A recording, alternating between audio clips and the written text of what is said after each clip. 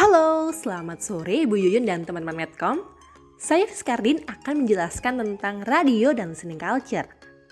Kira-kira apa aja ya yang akan kita bahas pada hari ini? Ada sejarah dari radio, karakteristik radio, radio dan listening culture, serta radio dan listening culture di Indonesia. Oke, kita bahas sejarah radio dulu ya. Yuk kita kenalan dengan para tokoh di balik radio. Ada The Scientist dan juga The Businessman. Di tahun 1885, Heinrich Hertz membuktikan listrik itu bisa ditransmisikan dalam gelombang elektromagnetik. Pada 1891, radio atau telegraf nirkabel mulai muncul di kapal laut. Hal itu untuk mengurangi isolasi kapal dan juga meningkatkan keamanan. Kemudian Nikola Tesla mentransmisi energi elektromagnetik secara nirkabel. Dia membuat demonstrasi radio publik pertama di Saint Petersburg, Louis pada tahun 1893. Di tahun 1897, Marconi mengajukan perlindungan paten untuk perangkat radionya. Dia juga mendirikan The Wireless Telegraph and Signal Company. Di tahun 1899, R.F. Matthews adalah kapal pertama yang mengirim kabar darurat menggunakan peralatan nirkabel dengan sistem Marconi.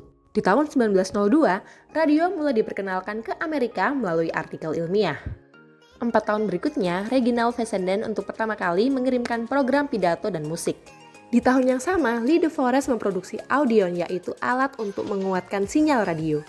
Dan Edwin Armstrong mematenkan alat penerima gelombang radio yang biasa disebut Super Heterodyne Circuit di tahun 1918. Telepon seluler mungkin dianggap sebagai gagasan terbaru dalam layanan seluler.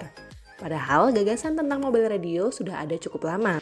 Pada awal 1920, baik perusahaan milik Marconi maupun Bell sedang menguji telepon berbasis mobile system. Bell percaya bahwa sistemnya di tahun 1924 adalah radio dua arah pertama berbasis suara telepon. Meski belum sistem seluler, di tahun 1946 Bell menginisiasi mobil radio komersial sistem telepon di Amerika. Bell serta Ericsson, Nokia, dan Motorola kemudian melanjutkan mengembangkan teknologi ponsel sepanjang tahun 1950 dan 1960-an. Teknologi mobil radio pertama kali digunakan dalam bekerja di tahun 1890 di kapal laut yang sebelumnya mengandalkan operator merpati dan bendera untuk komunikasi. Kemudian di tahun 1910, radio digunakan di penerbangan. Dan pada hari ini tidak hanya bidang maritim atau penerbangan yang menggunakan mobil radio. Pekerjaan di darat seperti supir taksi, truk derek, operator, layanan pengiriman paket juga menggunakan mobil radio agar pekerjaannya lebih efisien dan efektif. Ya, kita sekarang menuju ke karakteristik radio. Seperti yang kita tahu ya, radio tidak ada gambar dan juga tidak ada teks. Ini merupakan ciri khas yang tidak dimiliki oleh media massa lainnya. Radio dapat mengirimkan pesan pada banyak audiens di waktu yang sama dengan jarak tertentu yang nggak bisa dicapai oleh komunikasi interpersonal.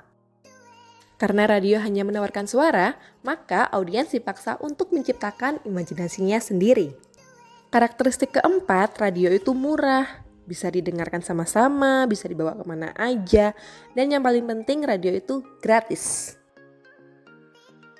Radio adalah mode komunikasi intim karena mampu menyentuh pribadi pendengar dan mampu mengaruhi emosi pendengar.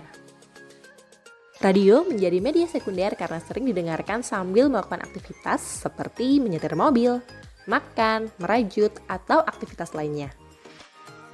Radio bersifat inklusif, artinya dapat menjangkau banyak orang dari berbagai lapisan masyarakat. Tapi di balik semua keunggulan radio ada beberapa kekurangan dari media satu ini, yaitu risiko ambiguitas, kegagalan komunikasi, dan sulit menerima umpan balik. Oke, kita lanjut ke materi selanjutnya ya, radio and listening culture. Media yang benar-benar baru di awal 1920-an adalah radio. Radio didefinisikan sebagai media kedua dengan konten yang terpisah, singkat, dan bisa didengarkan sambil beraktivitas. Merujuk pada artikel dari Cat Lacey, radio memiliki peran yang berbeda bagi mereka yang berprofesi di luar dan di dalam rumah. Bagi mereka yang punya aktivitas atau bekerja dari rumah, dalam hal ini misalnya ibu rumah tangga, radio merupakan sarana hiburan, membuat rumah menjadi tempat yang lebih menyenangkan, tidak membuat ibu rumah tangga terisolasi, namun mereka juga tidak melupakan tugas rumah tangganya. Sementara itu, radio memberi wawasan politik bagi perempuan yang baru saja mendapatkan hak pilihnya. terutama yang tidak terjangkau oleh media politik lainnya. Juga berbagi pengalaman di antara wanita yang mendengarkan radio sendirian di rumah.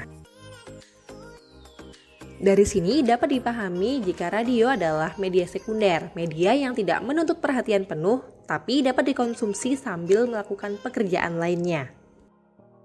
Radio didengarkan dengan seksama oleh buruh di waktu senggang mereka. Sedangkan bagi wanita di rumah, radio didengarkan sambil beraktivitas, terutama bagi wanita yang tidak terhubung dengan kehidupan modern.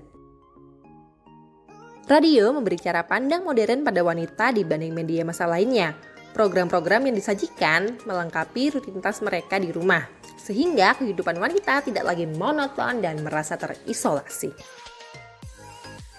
Radio menawarkan akses ke dunia publik, merapatkan jarak antara ruang pendengar dan program acara, sekaligus menyebarkan informasi dan peristiwa yang terjadi di sekitar pada masyarakat. Radio juga muncul sebagai jalan keluar dari kebosanan. Kebosanan di sini karena rasa kurang puas, merasa terasing dari dunia modern, serta waktu luang yang terlalu besar dibanding jam kerja. Tetapi khususnya bagi ibu rumah tangga, radio adalah pelarian dari monotonnya pekerjaan di rumah. Ya, kita masuk di materi terakhir, Radio and Listening Culture in Indonesia. Radio di Indonesia makin interaktif sejak akhir 1980-an, di mana audiens bisa berinteraksi pada program acara dan memberikan kontribusi aktif melalui media telepon.